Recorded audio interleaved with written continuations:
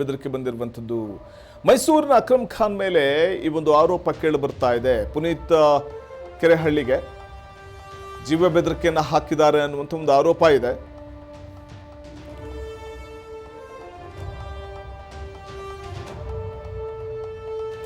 ಆ ಜೀವ ಬೆದರಿಕೆಯಲ್ಲಿ ಇದ್ರೀಶ್ ಸಾವಿಗೆ ಪ್ರತೀಕಾರವಾಗಿ ನಿನ್ನ ಮುಗಿಸ್ತೇವೆ ಅಂತ ಸಾಮಾಜಿಕ ಜಾಲತಾಣದಲ್ಲಿ ಪೋಸ್ಟ್ ಹಾಕಿ ಜೀವ ಬೆದರಿಕೆ ಹಾಕಲಾಗಿದೆ.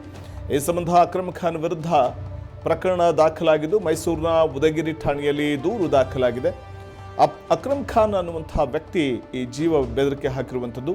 ಇದ್ರೀಶ್ ಅನ್ನುವಂತಹ ವ್ಯಕ್ತಿಯ ಸಾವಿಗೆ ಪ್ರತೀಕಾರವಾಗಿ ನಿನ್ನನ್ನು ಮುಗಿಸ್ತೇವೆ ಅಂತ ಹೇಳಿರುವಂಥದ್ದೇ ಇದೀಗ ಪುನೀತ್ ಕೆರೆಹಳ್ಳಿ ಪೊಲೀಸ್ ಠಾಣೆಯ ಮೆಟ್ಟಿಲೇರುವಂತೆ ಮಾಡಿದೆ. ಈ ಸಂಬಂಧ ದೂರು ಕೂಡ ದಾಖಲಾಗಿದ್ದು ಅಕ್ರಮ್ ಖಾನ್ ವಿರುದ್ಧ ಪ್ರಕರಣವನ್ನು ಪೊಲೀಸರು ದಾಖಲಿಸಿಕೊಂಡಿದ್ದಾರೆ. ಮೈಸೂರಿನ ಉದಯಗಿರಿ ಠಾಣೆಯಲ್ಲಿ ಪ್ರಕರಣ ದಾಖಲಾಗಿದೆ.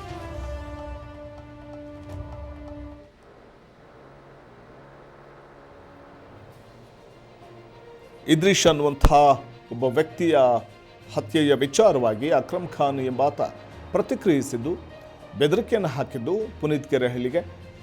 ಈ ವೇಳೆ ಇದ್ರೀಶ್ ಹತ್ಯೆಗೆ ಪ್ರತೀಕಾರವಾಗಿ ನಿನ್ನನ್ನು ಮುಗಿಸ್ತೀವಿ ಅಂತ ಆತ ಬೆದರಿಕೆಯನ್ನು ಒಡ್ಡಿದ್ದಾನೆ ಅಂತ ಗಂಭೀರ ಆರೋಪವನ್ನು ಪುನೀತ್ ಕೆರೆಹಳ್ಳಿ ಮಾಡಿರುವಂಥದ್ದು.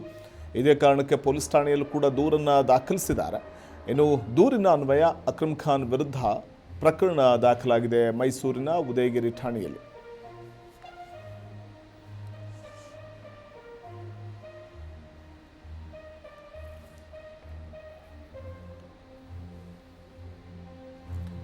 ಯಾಕಂದರೆ ಪುನೀತ್ ಕೆರೆಹಳ್ಳಿಗೆ ಈ ರೀತಿ ಬೆದರಿಕೆ ಹಾಕಿರುವಂತಹ ಅಕ್ರಮ್ ಖಾನ್ ಮತ್ತು ಸೋಷಿಯಲ್ ಮೀಡಿಯಾದಲ್ಲಿ ಕೂಡ ಪೋಸ್ಟ್ ಹಾಕಿ ಆ ಮೂಲಕ ಬಹಿರಂಗವಾಗಿ ಪುನೀತ್ ಕೆರೆಹಳ್ಳಿಗೆ ಸವಾಲೆಸೆದು ಜೀವ ಬೆದರಿಕೆ ಕೂಡ ಹಾಕಿದ್ದ ಅನ್ನುವಂಥ ಒಂದು ಆರೋಪ ಇದೆ.